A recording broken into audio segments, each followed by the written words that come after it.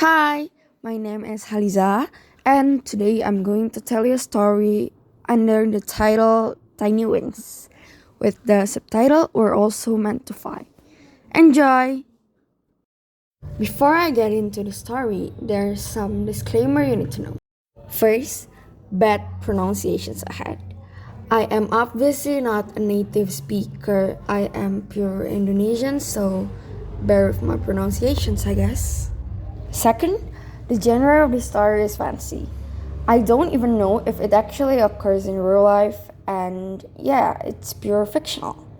Lastly, sorry if there's similarity, or maybe you've heard this story before. Sometimes my creativity and memory are kind of mixed up. I can't define which is which. Okay, wait, I'm sorry if I talk a little too much. So, yeah, let's get started. Have you ever wondered what is at the end of a rainbow? Are the rumors true? Those saying mystical creatures exist there?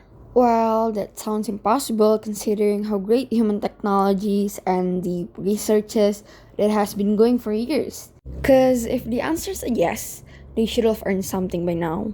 But what if I say half of them are true? Not exactly at the end of a rainbow, but somewhere near. A portal connected the world in which we are living with the world they are. It was a calm night in Fairy Valley. The moon was shining brightly in the dark blue sky, together with the stars resembling Christmas ornaments. Every single fairy was in a deep sleep, but exactly half past midnight, a huge fire occurred at the southern part of the valley. The fire started at a cozy cottage located at the edge of the road. It got wild in no time, burning everything in sight. Guess who's in the burning cottage? The small family of Blue. Consists of Ray Blue, Lily Blue, and their 1 day old newborn baby daughter who hasn't got her name. Everything was settled, the fire was finally extinguished. But some things don't stay the same. Lily Blue had her biggest heartbreak in her whole life, the loss of her husband, and a permanent disability on her dearest daughter, in which her wings won't be as normal. She is Seraphine Blue, named after that specific event since the word seraphine means burning fire. She grew up into a pretty, smart, and cheerful fairy. Lily raised her very well. There's one difference compared with others in her age though. Her wings are way smaller. Mom, are you there? Seraphine enters the house happily. She's holding a piece of paper in her right hand. Yes, I'm in the kitchen, dear, Lily answered, half shouting so the young girl could hear her. Seraphine, or Sarah for short, approaches her mother eagerly. Look, Mom! Buttercup Academy has opened the registration for next period students. She showed the paper in her hand, which turns out to be the brochure from the mentioned academy. Her mother read the brochure truly and turned at her, giving the warmest smile. Yes, and you'll definitely make it to there, Smarty. Sarah squeezes the light brown letter in her hand. She sighs for the nth time. Everything just doesn't make sense. A score of 9.5 with the word unaccepted together in one page.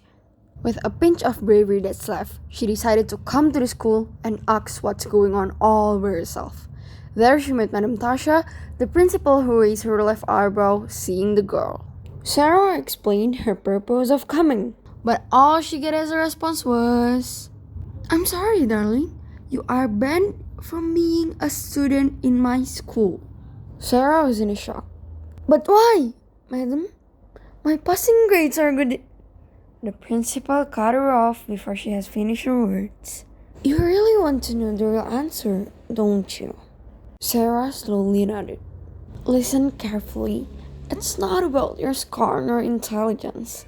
Have you ever looked towards yourself in the mirror? Your wings are tiny, ugly, and imperfect. My school only accepts normal students with normal wings. You don't deserve to be here. Accepting facts about her wings has always been hard, but those words are the worst. Days passed. The first day of the new academic year finally arrived. Madam Tasha was happily greeting the new students in front of the gate until suddenly her eyes caught someone. The blonde girl with tiny blue wings who was in her principal office last time, Sarah. She walks up towards the girl with big steps, ready to throw awful words, but someone preceded her. Madam Ellen, what are you doing? Why is she here? Madam Tasha was clearly referring the sheet to Sarah. Oh hi, Madam Tasha. This is my new cleaning service assistant, Sarah. She comes in handy. I'm glad I was able to find her. Sarah, this is Madam Tasha, the principal of Buttercup Academy, says Madam Allen, introducing them to each other. Sarah puts her best smile, and Madam Tasha's face turned red in anger. Being the school's cleaning service was a working strategy for Sarah. She's able to peek in the classroom and listen to lessons in the middle of her tasks without getting scolded. For example, when cleaning the windows. One day, she joined the training and flying class. Everyone gathered at a school field, while Sarah was on the side pretending to sweep dry leaves. When the students started to fly, she tried too. It wasn't a good start. She immediately fell into the ground. The sound of the bump caught the attention of the students and Madam Tasha, who was apparently passing by. You seriously believe you could fly with those wings? Madam Tasha's comment made everyone in the field laugh. Keep living in your dreams, then. Yes, Sarah carved that sentence in her deepest soul. I will be living my dream until it comes true. Some says it's determination that makes dreams come true. Some says it's luck. Others says it's hope. To Sarah, it's probably all of the above. I mean, who would guess those wings are able to fly? When the other students could float narrowly above the ground, Sarah keeps falling on her own. When the other students could fly as high as the bushes, Sarah was only millimeters. When the other students could fly to the top of the tree, Sarah has just made it until the bushes. She was always a step behind. Yet there she is now, floating back and forth on her blue, tiny wings. Every end year, the school would go on a trip. Everyone joined, including Sarah, who was invited by Madam Allen. They all had fun, traveling in a flying bus since the destination was far away.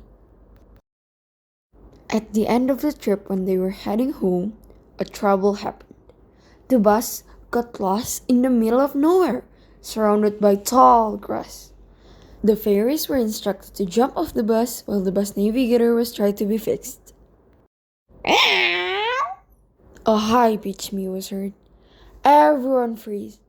Cats might seem harmless to humans, but to fairies, a cat equals to a big disaster.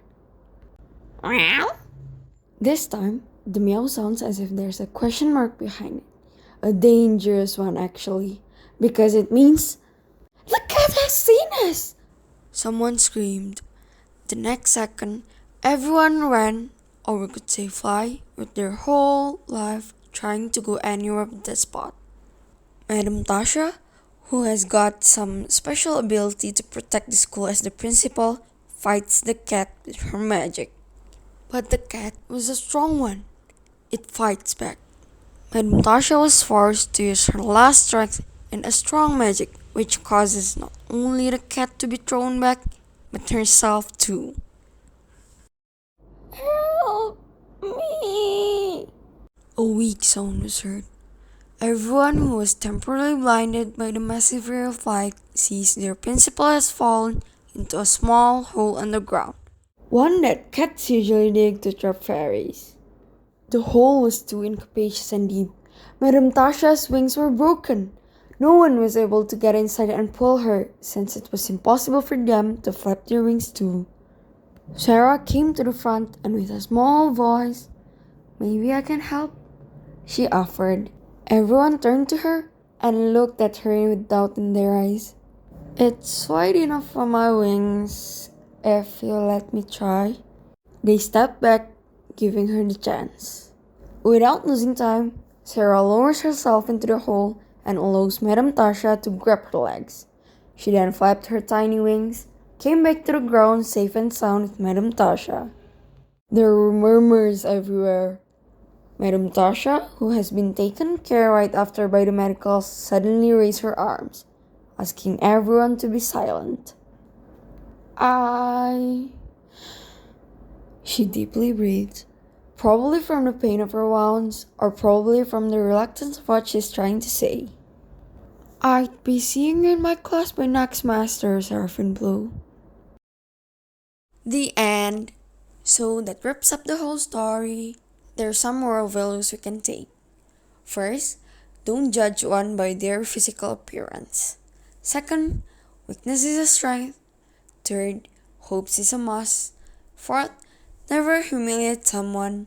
And fifth, mind your words. Maybe you could add more. Like, yeah. But I think that's all from me. Thank you for watching. Bye.